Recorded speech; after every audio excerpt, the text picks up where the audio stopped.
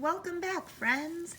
This is Mrs. Amundsen, and today we will be finishing up the third and fourth chapters in Iris and Walter and the field trip.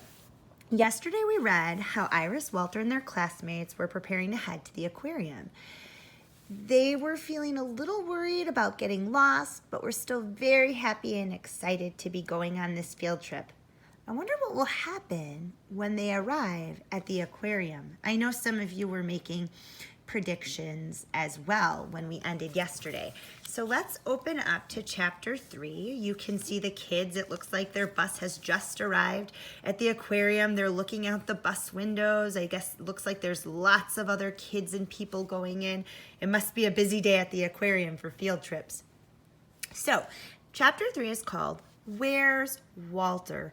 Remember, as we're reading today, we might stop to think aloud, or I might stop to ask you questions. So we keep thinking about the book, because we know that reading isn't just figuring out the words and problem solving through, it's also thinking. Reading is thinking and understanding the books that we read. So, chapter 3, Where's Walter? When the bus pulled up in front of the aquarium, Iris said, "Look at all the people." "Hey, Walter," said Benny, "that boy is wearing a shirt just like yours." "He is," said Walter. "Now, children, it's very crowded here, so keep your eyes on me." Oh, I just remember yesterday we talked about this too. They were just on the bus and now they're already inside of the aquarium. So a little time has passed. The author didn't include every single detail of getting off of the bus and walking in to the aquarium. Those are some of the things that we're kind of figuring out as we go. I'm just going to reread that part. "Now, children, it's very crowded here, so keep your eyes on me," said Miss Cherry. The children walked down a dark hallway. Everywhere they looked, there were fish. "Ooh," they whispered. "Sharks," said Benny. "They look mean," said Iris. While the children were looking at the sharks, Miss Cherry and Jenny's mother counted everyone. "Okay, follow me," said Miss Cherry. Remember, Miss Cherry is their teacher, and Jenny's mother is one of the chaperones on the field trip. They came to the coral reef. "Wow," said Iris and Benny. Walter could not say a word. He watched the angelfish swim and shimmer, the hermit crabs scurry, and the seagrass sway. Walter had never seen anything as wonderful as the coral reef. "Are we going to see the penguins soon?" asked Iris. "That's our next stop," said Miss Cherry, and she counted everyone again. "Off we go," said Miss Cherry. They walked past the starfish. They walked past the seahorses. "Oh, look, there are the penguins," said Iris, taking Walter's hand. "Don't you think they are cute, Walter?" But Walter didn't answer. Uh-oh. Why do you guys think Walter didn't answer? What do you predict is happening here? You can either say it out loud or tell somebody that you're with. All right, let's find out. Iris turned around. She saw a boy. "You're not Walter," said Iris. "I'm Nick," said the boy. "Where's my class?" he asked. Oh my goodness, friends, I'm going to stop right here. Do you remember at the beginning of the chapter when Benny noticed another boy wearing the same shirt as Walter? That is him right here and not Walter. Oh no, Iris lost her partner. I'm worried for her. All right, I'm going to start right here. Iris looked all around. There were crowds of children. She could not see Walter anywhere. "There you are, Nick," shouted a woman. "I've been looking all over for you." Nick grabbed his teacher's hand and held on tight. All right, it sounds like Nick found his class but we still have the problem. Everybody, quick, say it out loud. Tell somebody near you. Think it in your thinking bubble. What is the problem here? Yes, if you said Walter is missing, you are right. My next question is, what do you think Iris might do next? Take a moment to tell or put it in your thinking bubble. That means think it in your head. What do you think Iris might do next? I'm thinking maybe she'll tell Miss Cherry. Let's find out. Iris ran to Miss Cherry. Miss Cherry, I can't find Walter, she said. Walter's lost? Asked Jenny.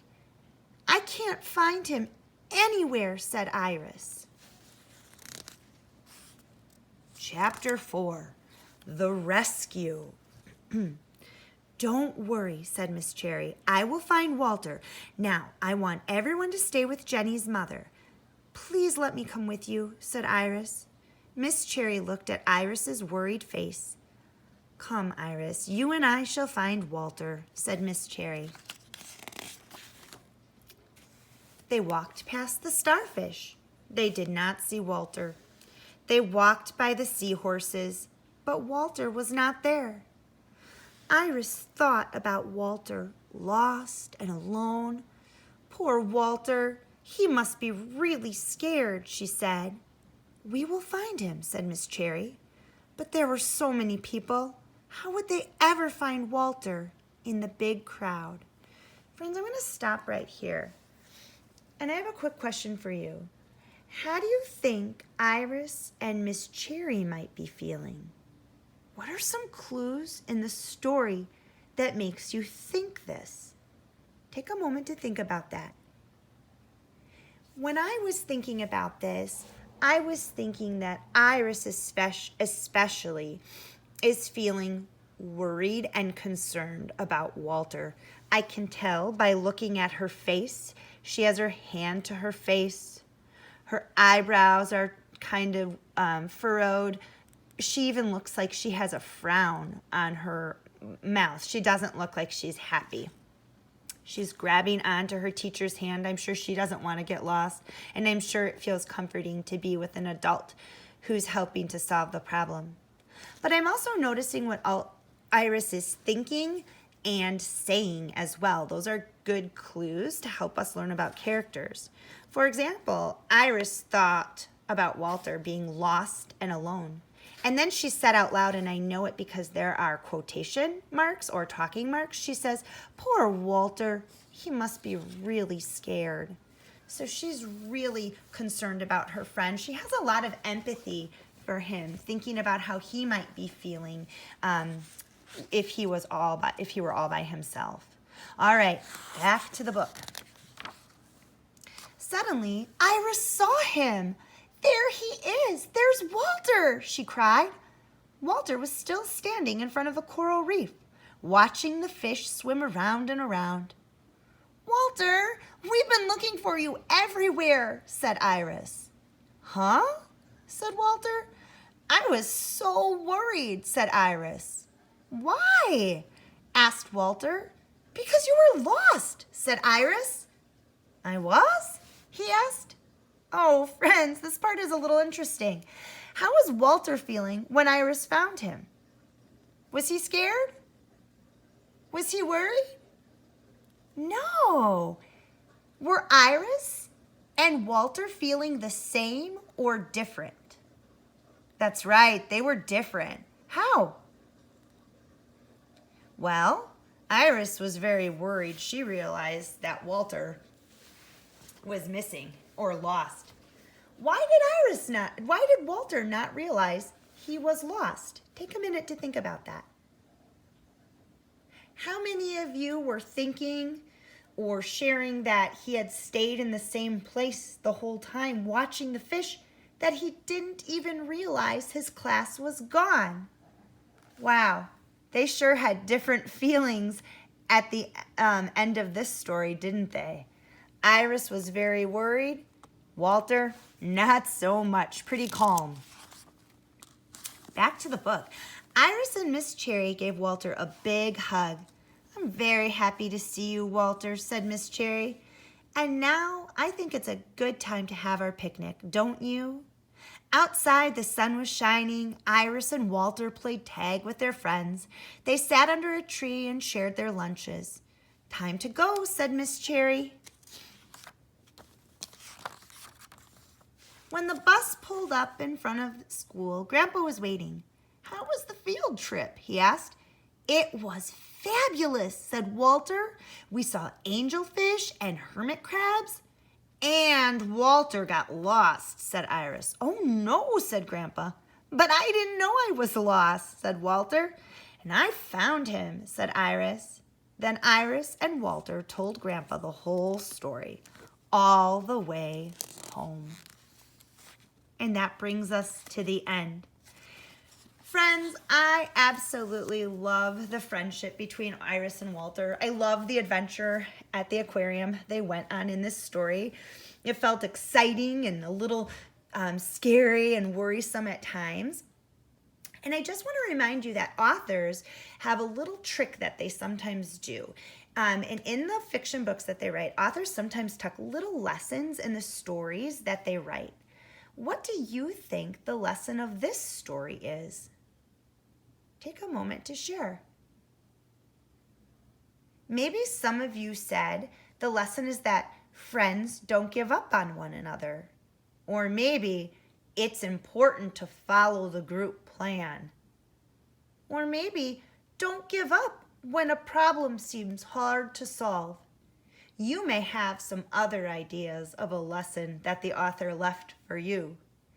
If you like, feel free to write it down on a piece of paper, and you could stamp a picture of that and share it with your teacher later today. Now, there is one little surprise optional activity. In this book, Iris and Walter went to an aquarium, and since we are doing at-home learning, I thought it would be fun to take a little field trip of our own to the Monterey Bay Aquarium. If you've ever seen the movie Finding Dory, that is where Hank the octopus lives, and most of the story takes place. So there is a website under this video in the description section that you can click on with permission from your family. And there are lots of different video feeds that you can go visit to learn more about different creatures at the Monterey Bay Aquarium. If you learned something cool today, send us a little note, picture, video, message of what you learned on your virtual visit to an aquarium. It was great reading with you today. Happy reading, and we will see each other soon. Bye, everybody.